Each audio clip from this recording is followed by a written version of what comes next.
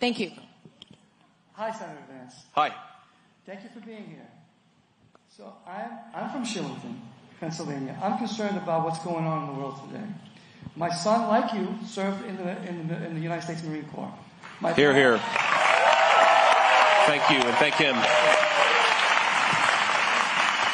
My parents escaped communism and came to America for freedom. How will you and President Trump help us protect us from the spread of communism? Good question. Ooh. So first, Lazaro? Okay, Lazaro.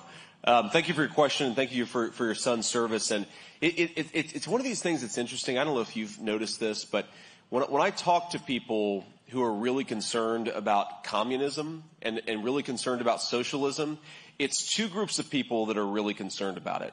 It's one, typically older Americans who remember the threat of the Soviet Union. And then it's also a lot of recent legal, of course, but recent legal immigrants who came from countries with communism. The people who experience communism, they know that it's something that we got to push back on and push back against aggressively. And there's too much, I think there's too much willingness to sort of wave this away and say, it's not really communism. And then, you've got the leading presidential candidate who doesn't want to lower grocery prices, which are up by 25%, by the way, by unleashing American workers and American businesses and American farmers, but wants to do price controls, right? We should be scared of price controls. This is something that's actually been tried before, and what it leads to is scarcity.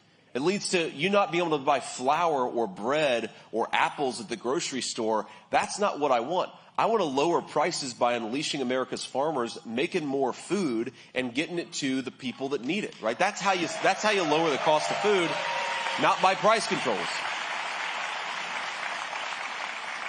And so, sir, I think one of the big things that we have to do and recognize is that the reason why people aren't as worried about the rise of socialism, whether it's overseas or whether it's here at home, is that our education system has gotten totally broken. And this is something we've got to fix back on. And this goes back to Julia's question a little bit earlier. I mean, look, 40 years ago, American public education was the marvel of the world. We led in reading, we led in mathematics, we led in language arts. And that was what was so cool about it, is that whether you were rich or poor or black or white, you got a good education in the United States of America. We believed that was the birthright of every one of our citizens. Well, now you've got American children. They might, be able to say that there are 87 genders, but they can't add 2 plus 2. Right? And we've injected so much progressive politics into our education system that it's not just, I think a lot of this stuff is crazy, and I imagine a lot of you think it's crazy too. I don't think there are 87 genders. I think that's totally bogus. But it's not just that that's bogus, it's that it distracts from teaching kids the core things that they need to know. And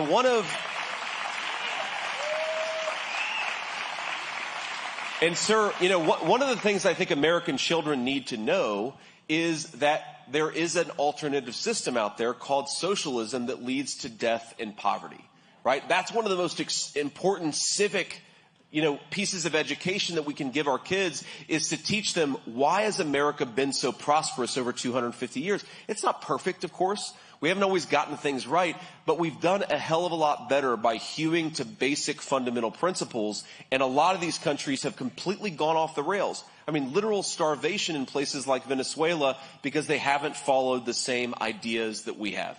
And I think that's something that we have to fix at the root cause of education, because if we keep on teaching young American leaders that socialism is okay, then eventually we're going to make a bad mistake in this country. Frankly, I fear that we're going to do it unless we elect Donald Trump on November 5th. So another reason to get out there and vote.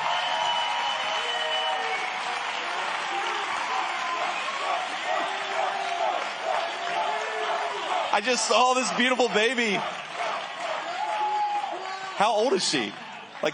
9 months. Oh, she's beautiful. What's her name? Start them young, right? Start them young. Evelyn Liberty. Give it up for Evelyn Liberty.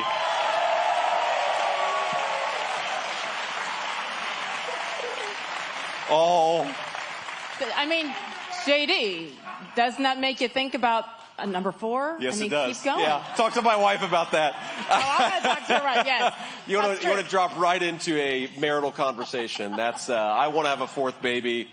Usha's maybe. Yes, We'll see. A reminder, we are in control of all of that, yes.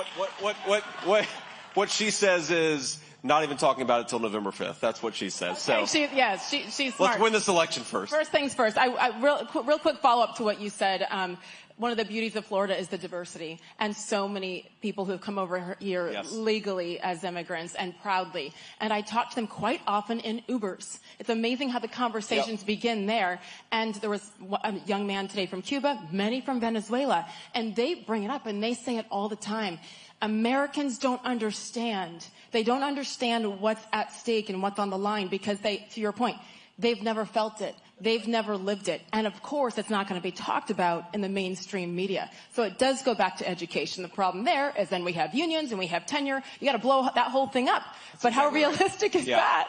Look, I think it is realistic because people have recognized that our education system is failing our kids.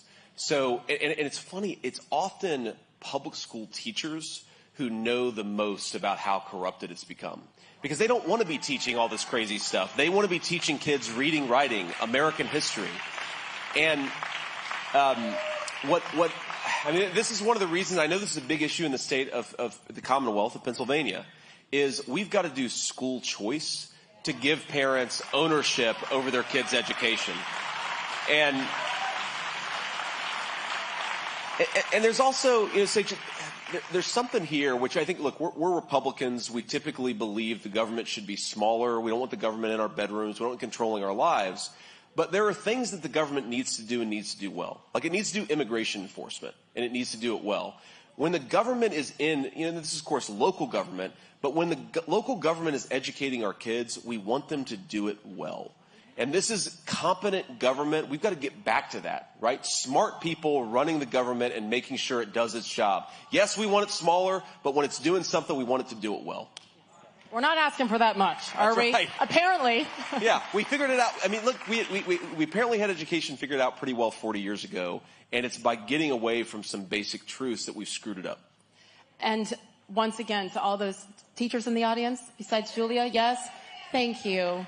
Thank Seriously, you. It thank is you all. a thankless job quite often between the teachers, the first responders, our military servicemen and women, the medical professions, all of these people. Yes. Of course, we all were affected so greatly by COVID, but of course. I mean, you are on the front lines, and I thank you for the patience with my 3 kids in particular, yes, and in general, because it is a tough job, and we love you for it. God bless you guys. Thank you. Keep it going. Where is